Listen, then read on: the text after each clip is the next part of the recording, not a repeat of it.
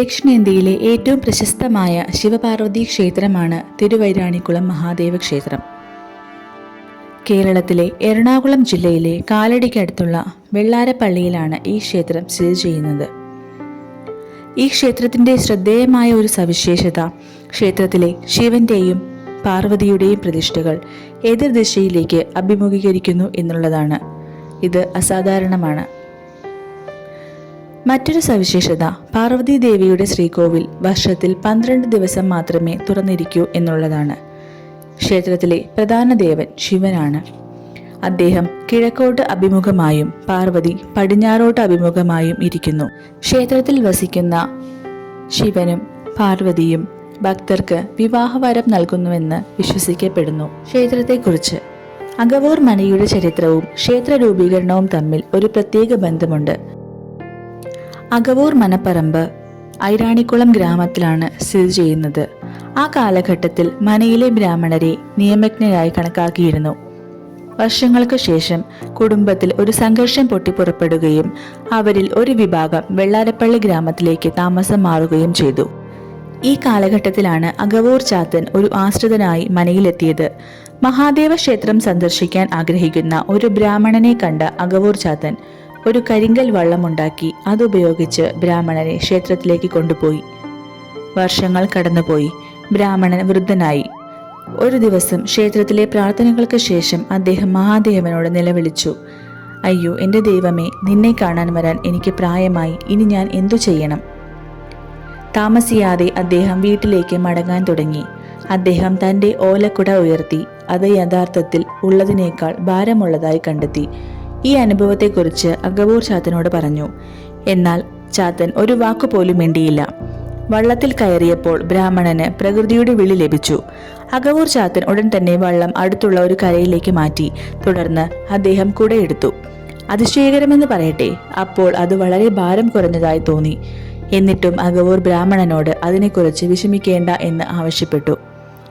മനക്കൽ ദേശത്തെത്തിയ ശേഷം ബ്രാഹ്മണൻ അതിൽ നിന്ന് ഇറങ്ങി. അഗവൂർ ചാത്തൻ വള്ളം മറിച്ചിട്ടു. അത് ചെളിയിൽ കിടന്നു. ഇന്നും അവിടെ തലകീഴായി കിടക്കുന്ന ഒരു കരിങ്കല്ല് കാണാം. അത് ചാത്തൻ കല്ല് എന്നറിയപ്പെട്ടു. മുകളിൽ സൂചിപ്പിച്ച സ്ഥലത്താണ് തിരുവൈരാണിക്കുളം ക്ഷേത്രം സ്ഥിതി ചെയ്യുന്നത്. മുമ്പ് ഇത് ഒരു വനമായിരുന്നു. കാട് വൃത്തിയാക്കാൻ അവിടെ പോകാറുണ്ടായിരുന്ന ഒരു സ്ത്രീ തന്റെ അരിവാൾ മൂർച്ച കൂട്ടാൻ അവിടെയുണ്ടായിരുന്ന കല്ല് ഉപയോഗിച്ചു. പെട്ടെന്ന് കല്ലിൽ നിന്ന് രക്തം ഒഴുകാൻ തുടങ്ങി. ആ സ്ത്രീയുടെ മാനസിക നില നഷ്ടപ്പെട്ട് ഭ്രാന്തമായി ഓടി. അവൾ ഏകദേശം 3 കിലോമീറ്റർ അങ്ങനെ ഓടിയതായി പറയപ്പെടുന്നു. അവൾ ഓടിയ മുഴുവൻ സ്ഥലവും അതത് ഉടമകൾ ക്ഷേത്ര അധികാരികൾക്ക് കൈമാറി. ഈ പ്രദേശത്തെ വാരനാട്ടു മഠം എന്ന് വിളിക്കുന്നു. ക്ഷേത്രോത്സവ സമയത്ത് ആദ്യം പൂജകൾ നടത്തുന്നത് ഇവിടെയാണ്. പ്രധാന ഇറക്കി പൂജ ക്ഷേത്രത്തിലും ഈ സ്ഥലത്തും മാത്രമാണ് നടത്തുന്നത്. മറ്റൊരിടത്തും ഈ പൂജ നടത്തുന്നില്ല. അത് വാരനാട്ടു മഠത്തോട് ഭഗവാൻ മഹാദേവനുള്ള ആശങ്കയെ സൂചിപ്പിക്കുന്നു. താമസിയാതെ അഗവൂർ ചാത്തൻ ബ്രാഹ്മണനോട് സംഭവം വിവരിച്ചു. കല്ലിന്റെ രൂപത്തിൽ പ്രത്യക്ഷപ്പെട്ട ഐരാണിക്കുളത്തപ്പനാണ് വാസ്തവത്തിൽ അത്. ഐരാണിക്കുളത്തപ്പനിൽ നിന്ന് മഹാദേവൻ വന്നതിനാൽ ഈ ക്ഷേത്രം തിരുവൈരാണിക്കുളത്തപ്പൻ എന്നറിയപ്പെട്ടു. 2 ദേവന്മാരും ഒന്നാണെന്ന് അറിഞ്ഞയുടനെ ക്ഷേത്രം നിർമ്മിക്കുകയും പ്രതിഷ്ഠ നടത്തുകയും ചെയ്തു. പുനലൂർ ബ്രാഹ്മണരാണ് പ്രതിഷ്ഠ നടത്തിയത്. എന്നാൽ 2 കുടുംബങ്ങളും ഒരിക്കലും മറ്റൊരു കുടുംബക്ഷേത്രത്തിൽ പോയിരുന്നില്ല. ഈ ഐതിഹ്യം അനുസരിച്ച് അഗവൂർ മനക്കൽ ബ്രാഹ്മണനും അഗവൂർ ചാത്തനുമാണ് ക്ഷേത്ര നിർമ്മാണത്തിന് പിന്നിൽ എന്ന് കണക്കാക്കപ്പെടുന്നു. പാർവതി ദേവിയുടെ ശ്രീകോവിലുമായി ബന്ധപ്പെട്ട ഐതിഹ്യം ഇതാണ്. മുൻപ് ആരും അടുക്കളയിൽ ഇരിക്കാൻ അനുവാദമില്ലാത്ത സമയത്ത് തിടപ്പള്ളിയിൽ, അതായത് ക്ഷേത്ര അടുക്കള, മഹാദേവന് ഭക്ഷണം പാകം ചെയ്യാറുണ്ടായിരുന്നുവെന്ന് വിശ്വസിച്ചിരുന്നു. എന്നിരുന്നാലും ഒരിക്കൽ ഊരാൺമാക്കളിൽ, അതായത് ക്ഷേത്രത്തിൽ അവകാശമുള്ള ആളുകൾ, അതിൽപ്പെട്ട ഒരു ബ്രാഹ്മണൻ രഹസ്യം കണ്ടെത്താൻ പുറപ്പെട്ടു. ദേവിയെ പൂർണ്ണ വസ്ത്രധാരണത്തിൽ കണ്ടപ്പോൾ അദ്ദേഹം വിളിച്ചു പറഞ്ഞു. പാർവതി ദേവി അവനെ കണ്ട് അവനോട് കോപിച്ചു. അവൾ പറഞ്ഞു, "നീ പതിവ് ആചാരങ്ങളിൽ നിന്ന് വ്യതിചലിച്ചതിനാൽ ഞാൻ പോകുന്നു." ബ്രാഹ്മണന് അത് സഹിക്കാൻ കഴിഞ്ഞില്ല. അവൻ നിലവിളിച്ച് ദേവിയോട് കരുണയ്ക്കായി അപേക്ഷിച്ചു. ദേവി പറഞ്ഞു, "ഇനി മുതൽ മഹാദേവന്റെ ജന്മദിനമായ ധനുമാസത്തിലെ തിരുവാതിര നക്ഷത്രം മുതൽ 12 ദിവസം വരെ മാത്രമേ ഞാൻ എൻ്റെ സാന്നിധ്യം അറിയിക്കൂ. ഈ ദിവസങ്ങളിൽ എന്നെ വന്ന് കാണുന്ന ഭക്തർക്ക് അനുഗ്രഹം ലഭിക്കും. ഈ ഐതിഹാസിക ലേഖനത്തിലാണ് പാർവതി ദേവിയുടെ ശ്രീകോവിൽ അടച്ചിട്ടിരിക്കുന്നത്. മറ്റ് ക്ഷേത്രങ്ങളിൽ നിന്നും വ്യത്യസ്തമായി മഹാദേവന് ഇവിടെ ജലാഭിഷേകം നടത്താറില്ല. വെള്ളത്തിനു പകരമായി മഞ്ഞൾപ്പൊടി മാത്രമേ ഉപയോഗിക്കുന്നുള്ളൂ. സാധാരണ ദിവസങ്ങളിൽ പുലർച്ചെ 4:30 ഉഷപൂജയ്ക്കായി ശ്രീകോവിൽ തുറക്കും. നട തുറപ്പ് ഉത്സവകാലത്ത് ആരാധനാ സമയങ്ങളിൽ മാറ്റം വരും. മഹാദേവന്റെ പ്രത്യേക ആരാധനാ ദിവസങ്ങളിൽ പ്രദോഷവും ശിവരാത്രിയും ഉൾപ്പെടുന്നു. അവിടെ ഭഗവാനെ 5 തവണ ആരാധിക്കുന്നു. ദിവസത്തിൽ 4 തവണ ഭഗവാന് നൈവേദ്യം അഥവാ ദിവ്യഭക്ഷണം അർപ്പിക്കുന്നു. പ്രത്യേക വഴിപാടുകൾക്കൊപ്പം പാർവതി ദേവിക്ക് ഒരു ദിവസം ഒരിക്കൽ നൈവേദ്യം അർപ്പിക്കുന്നു. ദേവിയുടെ വിഗ്രഹം നിർമ്മിച്ചിരിക്കുന്നത് മരം കൊണ്ടാണ്. അതിനാൽ ദേവിയെ വെള്ളത്തിൽ കുളിപ്പിക്കാറില്ല, മറിച്ച് മഞ്ഞൾപ്പൊടി മേൽ പുരട്ടുന്നു. വർഷത്തിൽ 12 ദിവസം മാത്രമേ ഭക്തർക്കായി പാർവതി ദേവിയുടെ ക്ഷേത്രം തുറന്നിരിക്കുന്നുള്ളൂ എങ്കിലും ദിവസേനയുള്ള ആരാധനയും നൈവേദ്യവും അർപ്പിക്കുന്നു. ധനുമാസത്തിലെ തിരുവാതിരയുടെ 1-ാം ദിവസം പാർവതി ദേവിയുടെ ശ്രീകോവിൽ തുറക്കുന്നു.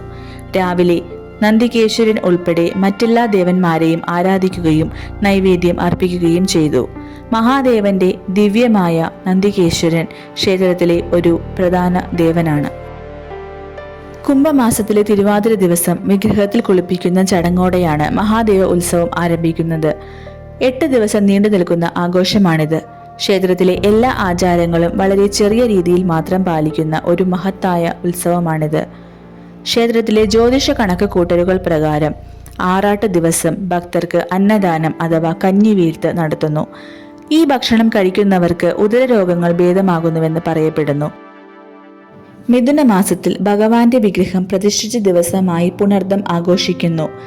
വിനായക ചതുർത്ഥിയിൽ ഗണപതിയെ അപ്പം കൊണ്ട് മൂടുന്നു.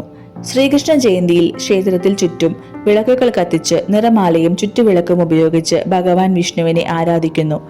വൃശ്ചികം 1-ാം തീയതി മുതൽ 12-ാം തീയതി ധനു വരെ മണ്ഡലോത്സവമാണ്.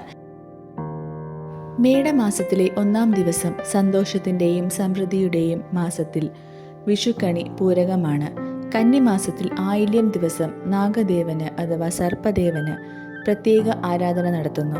നവരാത്രിയിൽ ജോലിക്കും പഠനത്തിനും ഉപയോഗിക്കുന്ന എല്ലാ ഉപകരണങ്ങളും ക്ഷേത്രത്തിൽ സൂക്ഷിക്കുകയും അവർക്ക് പ്രത്യേക പ്രാർത്ഥനകൾ നടത്തുകയും ചെയ്യുന്നു. ആലുവ പെരുമ്പാവൂർ KSRTC റൂട്ടിലെ തിരുവൈരാണിക്കുളത്താണ് ഈ ക്ഷേത്രം സ്ഥിതി ചെയ്യുന്നത്. മാറമ്പള്ളിയിൽ നിന്ന് ശ്രീമൂലം പാലം കടന്ന് നടക്കാവുന്ന ദൂരത്തിലാണ് ഈ ക്ഷേത്രം. NH-47 ആലുവയ്ക്കും അങ്കമാലിക്കുമിടയിൽ ദേശം ജംഗ്ഷനിൽ നിന്ന് 10 കിലോമീറ്റർ സഞ്ചരിച്ച് ശ്രീമൂല നഗരത്തിലെത്തി തുടർന്ന് വള്ളം റോഡിലൂടെ 1.5 കിലോമീറ്ററും ഒടുവിൽ അകവൂർ തിരുവൈരാണിക്കുളം റോഡിലൂടെ 1.5 കിലോമീറ്ററും സഞ്ചരിച്ച ക്ഷേത്രത്തിലെത്താം.